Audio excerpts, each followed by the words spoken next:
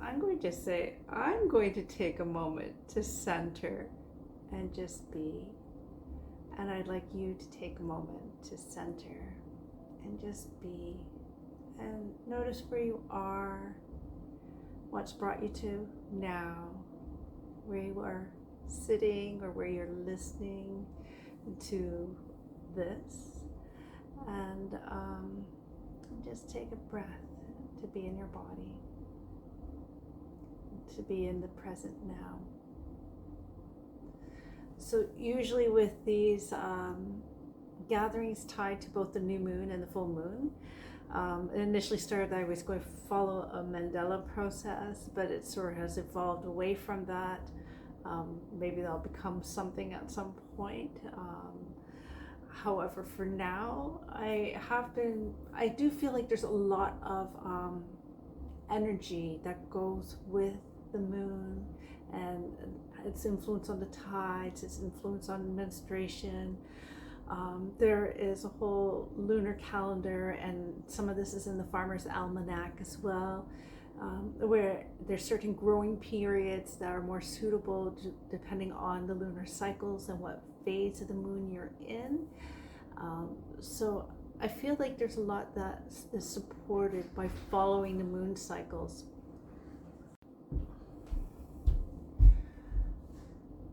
So to go with this, I wanted to share some ideas around this particular moon. Now, this is sometimes known as a strawberry moon, or it's sometimes known as a honey moon, depending on what part of the world you're in. There's the themes of exposing what needs to be released and letting go, being unburdened by the past, and that is also supported with it's a Capricorn moon, and we're also in the sun sign of Cancer. And this again is a lot about like what is actionable. That's a lot of Capricorn energy, and the emotional piece of Cancer. So I think there's also a lot that's going to be supporting that. I'll also mention, of course, we had solstice last weekend. Quite often I do something for solstice, and unfortunately my schedule hasn't allowed for that. So I would just give recognition that it was summer solstice here in the northern hemisphere and winter solstice, or I guess it would be winter solstice for the southern hemisphere, for our friends in the south. So I want to acknowledge that, as well as I usually do an acknowledgement for where I am. I'm on the lands, I guess I'll just say close to 6 nations in southern Ontario, and this area is connected to the One Dish, One Spoon Treaty, which is the gathering of the various indigenous nations here, the Anishinaabe, the Haudenosaunee.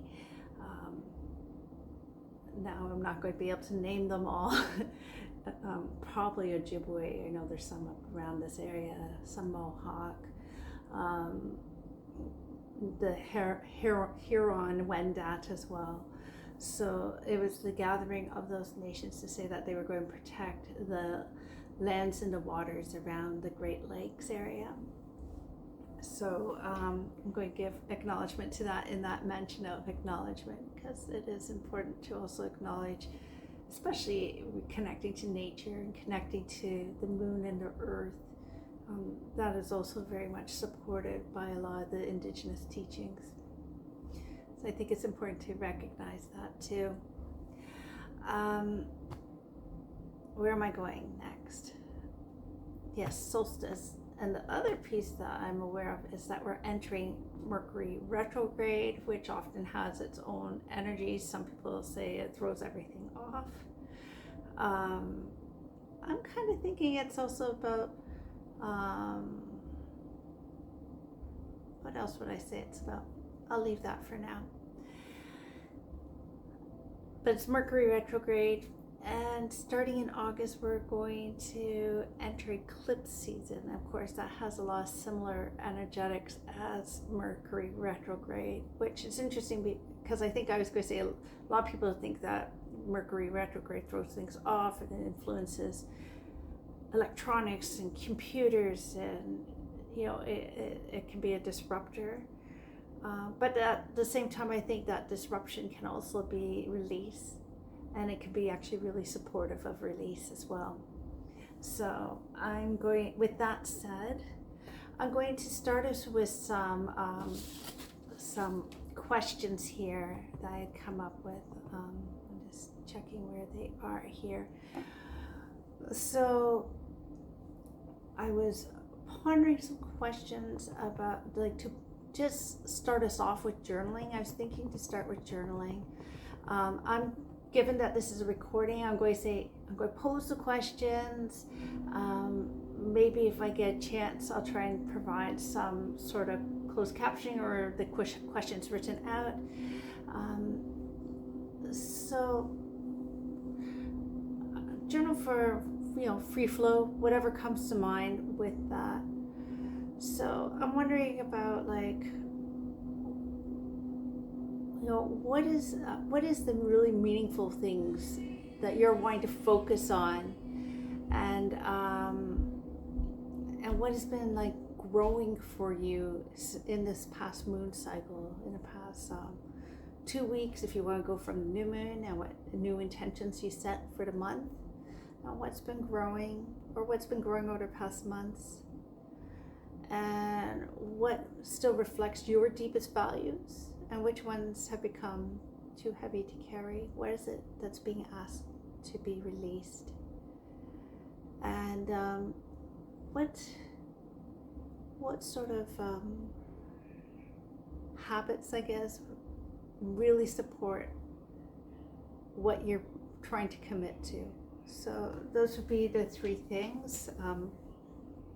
Probably sounds like many more questions as I go through that, but I think that's essentially is where are you really gravitating to, where are you releasing, where are you supporting, and what's going to support you build what you're actually feeling truly committed to.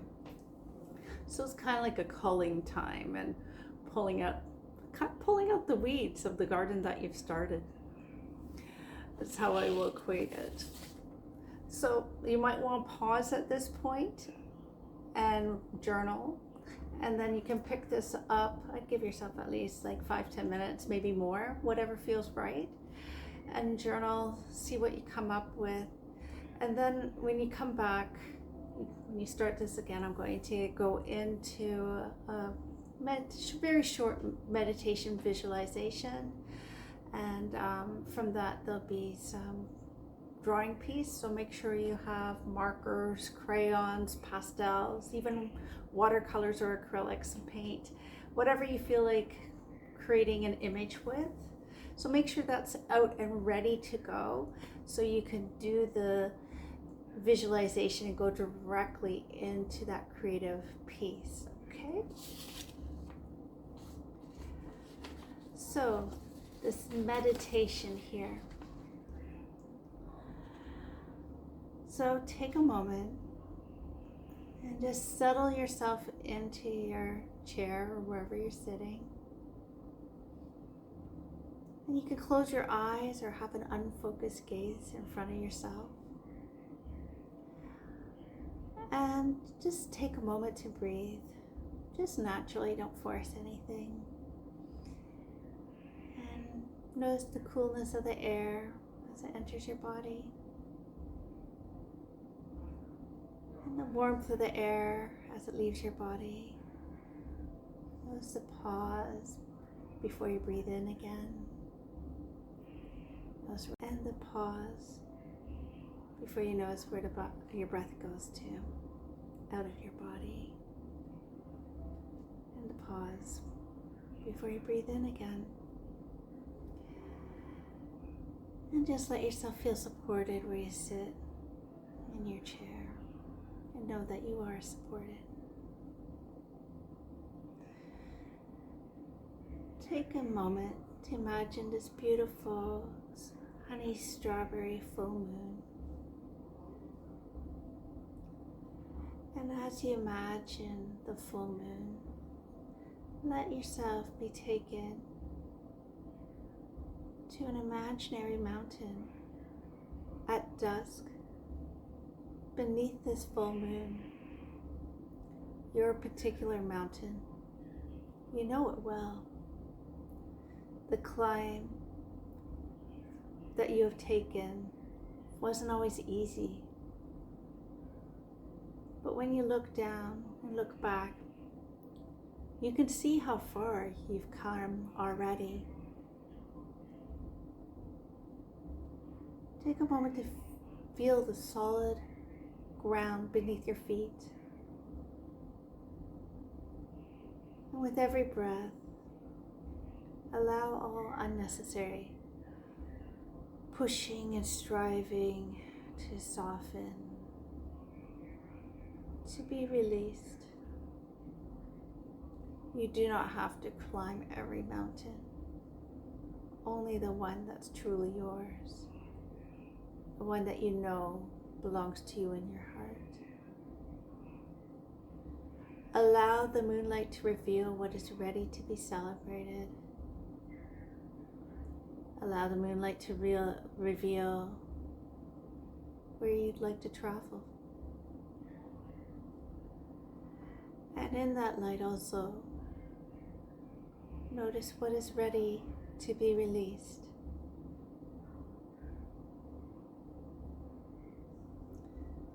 And ask yourself, what deserves my energy, my heart, and my care in the coming cycle?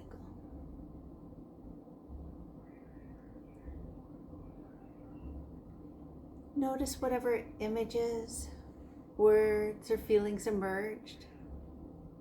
Take note of them. And think about how you'd like to put that as an image on paper. If it's words, it can be like what color that word reminds you of. Is there movement? And the same can be done with feelings. Is what color is that feeling? And what movement is that feeling? And put that to the paper that you're working with. And another thing that I like to do is if there's pieces from what you wrote about from the questions I posed earlier, I encourage you to take phrases or words that jump out to you, they're meaningful. You can make it into a poem, or you can just write them into the art that you created. And what I would really like is if you create something from this process, if you could share it in the Soul Nurture Project community on Facebook, the community group. And that's a great opportunity where I keep track of everything that goes on there. And you still need to go through the approval process for me to put it on, and even for comments to be made. I moderate all of that. So if there's something you've created, it'd be really great if you could put it on to and share it on the community group. And it provides an opportunity for you to have reflection in terms of aesthetic response, or what I call aesthetic response, back to you. And that's essentially like, it could be a title, it could be what it inspired in someone, how they relate to it. It is absolutely not about the quality of the artwork. So I want to make sure that you know it's not about how your stick people are compared to other people's stick people, or the merit of your stick people. It's really truly about what your creation evokes in others. So I hope you enjoyed this process, and I look forward to doing the next one in a couple of weeks during the new moon. Bye for now.